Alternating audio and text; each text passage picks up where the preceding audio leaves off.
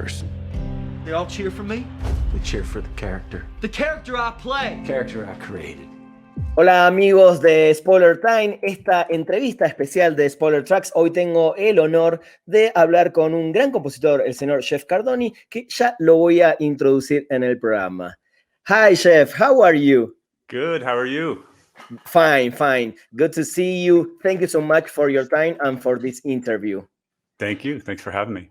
Thank you. So, you compose more than 40 films and TV show scores. What is the biggest challenge when you're starting to compose a new score? God, it's just terrifying every time because I know. you want to, you want to come up with something different. You want to do something you haven't done before. So you just trying to come up with that initial concept of what you're going to do.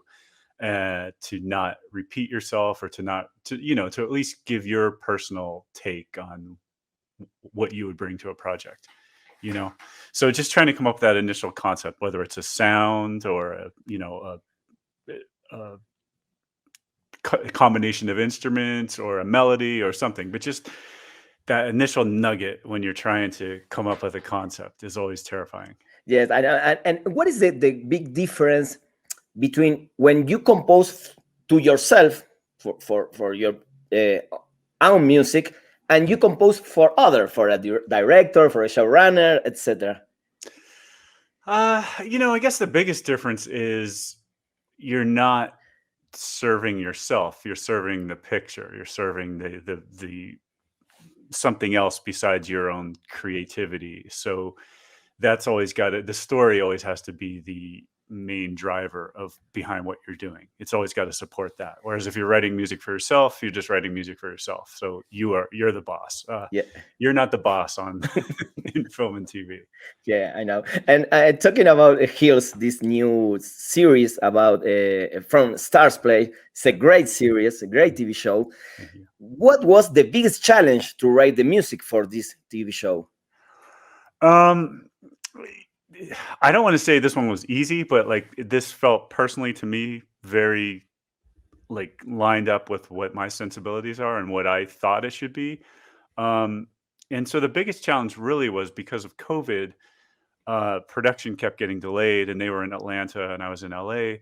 So I just had to write music away from everything with the hope that when it was filmed that it would work. And so lucky for me, it did. And so honestly, it was a really smooth process on this one.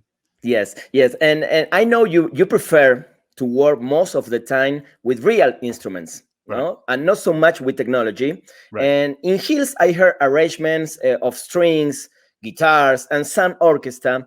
What was the setup that you used in this show and you recorded for this TV show? The setup, it was all 99% was guitar, electric guitar. All the ambience and textures and stuff were just guitar through a bunch of pedals, a bunch of looper pedals. I have this one pedal, it's got like a piano pedal on it. So you push down when you're playing and it kind of turns it into this sustaining.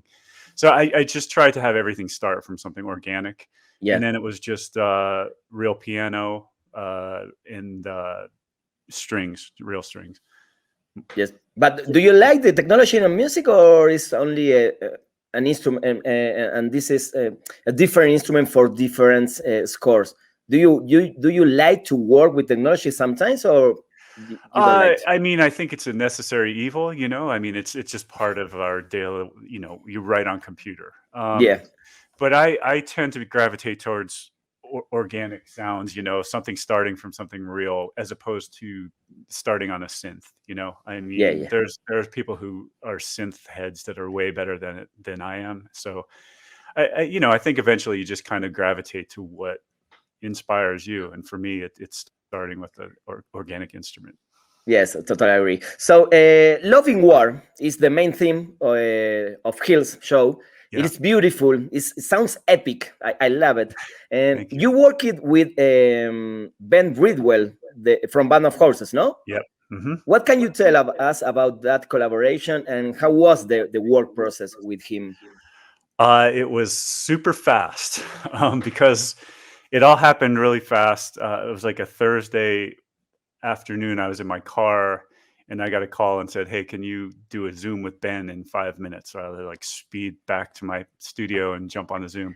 But basically, the main titles was probably the last thing to happen on the show, and I had done a bunch of the score already. But every time I'd get an episode, there'd just be a blank slate that said "main titles coming here." And I personally felt that the main title should be related to the score, like, instruments and melodic, and just to kind of give the show an identity and tie it all together. So as they were trying to find songs, I think they were trying to find an artist to do the main title. And as they were trying to find that, I just wrote something and just started plugging it in the show, just the instrumental piece, which is actually what's in there now. And eventually they kept hearing it and they were like, "What is this?" And it was mine. And then the music supervisor, John Leahy, suggested collaborating with Ben to get someone to sing on it. Yeah. So it was really pretty simple. I got on the Zoom with Ben, played him the track. He kind of got the idea. We talked about some conceptual things as far as, what the story's about, where it takes place. And then he just went and did his thing. The next morning, I got a text with some vocals ideas on there, and I had some ideas what I thought it should be. So I'm a terrible singer, even though my voice isn't a lot of the show now, oddly enough. But I would send him back some ideas that were horrible, and if anyone ever heard them, I never heard the end of it. But I'm thinking to myself, I'm like, I'm sending this garbage to like a legit great singer. But he was so cool in that he responded, and he kind of Awesome. It was great. He was super humble but super creative. I mean, he's a real artistic, out there guy, and it was really cool to hear him just take it to a whole other level.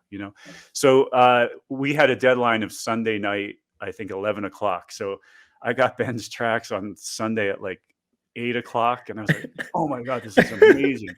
But then Wow. so he had to send them to me, and I was trying to mix it in, and then I had a mastering guy standing by at 10:30 to master it so we could put it in and put our best foot forward with the producers, and then we got it. Awesome. It's a lovely song. It's a lovely song. Yeah, thank you. If I ask you about what is the first main theme title or in a TV show score, what is the fans comes? What song comes first to you at this moment? Oh wow. A TV show, eh? No movies. This is good. This is totally random and totally embarrassing, but I was flicking through the channels and there was a show called Three's Company from the 70s. But it had a great theme songs are a lost art these days, and it's just a great theme song that I still remember all these years later. Awesome. I love it. I love the They even had various versions of that theme song as the seasons went on. But anyway, there were a lot of memorable songs from the 70s and 80s. Yes, yeah, of course. So I have a dynamic with the composers. I'm going to show you the covers of some TV show score. I have the albums here. And I would like you to tell me the first thing that comes to your mind. Cool. Yeah? Okay. Right on. Start with Mandalorian, Ludwig Göransson. Love it. Love what he did. Totally unique. Totally brought something new to the franchise. Yeah, that was great. Great. Okay. Rami Djawadi, Westworld. Love it as well. Love all the covers that they do. Our daughter was in preschool with Lisa and Jonah from that show, so we kind of know them a little bit. But yeah, Ramin's awesome. Awesome. So Trent Reznor, Watchmen. Trent Reznor and Atticus Ross, no? Yes, yeah, of course. Yes, both.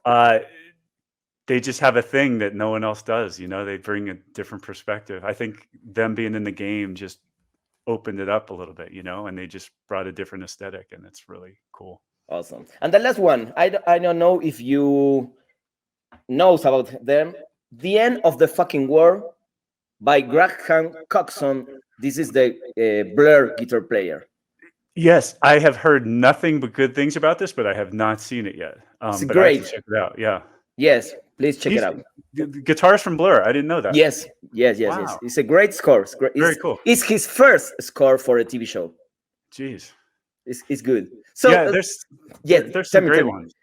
Yeah, we just saw last year Tom York from Radiohead scored Suspiria. And that was, I think, one of his first film scores, and it was amazing. Like I was like, oh wow, like I knew Tom's a genius, but like that was just like next level for your first thing out of the gate. It was like, wow. Yes, I totally agree. So Jeff, what next for you? What new project are you excited about? I've got a show coming out called Ghosts. That's a remake of a BBC show. It's very much like Beetlejuice. It's like supernatural. It's kind of cool. The music's kind of over the top, orchestral. Awesome. So that should be fun. I'm working on a little movie called Maximum Truth. It's got Seth Rogen.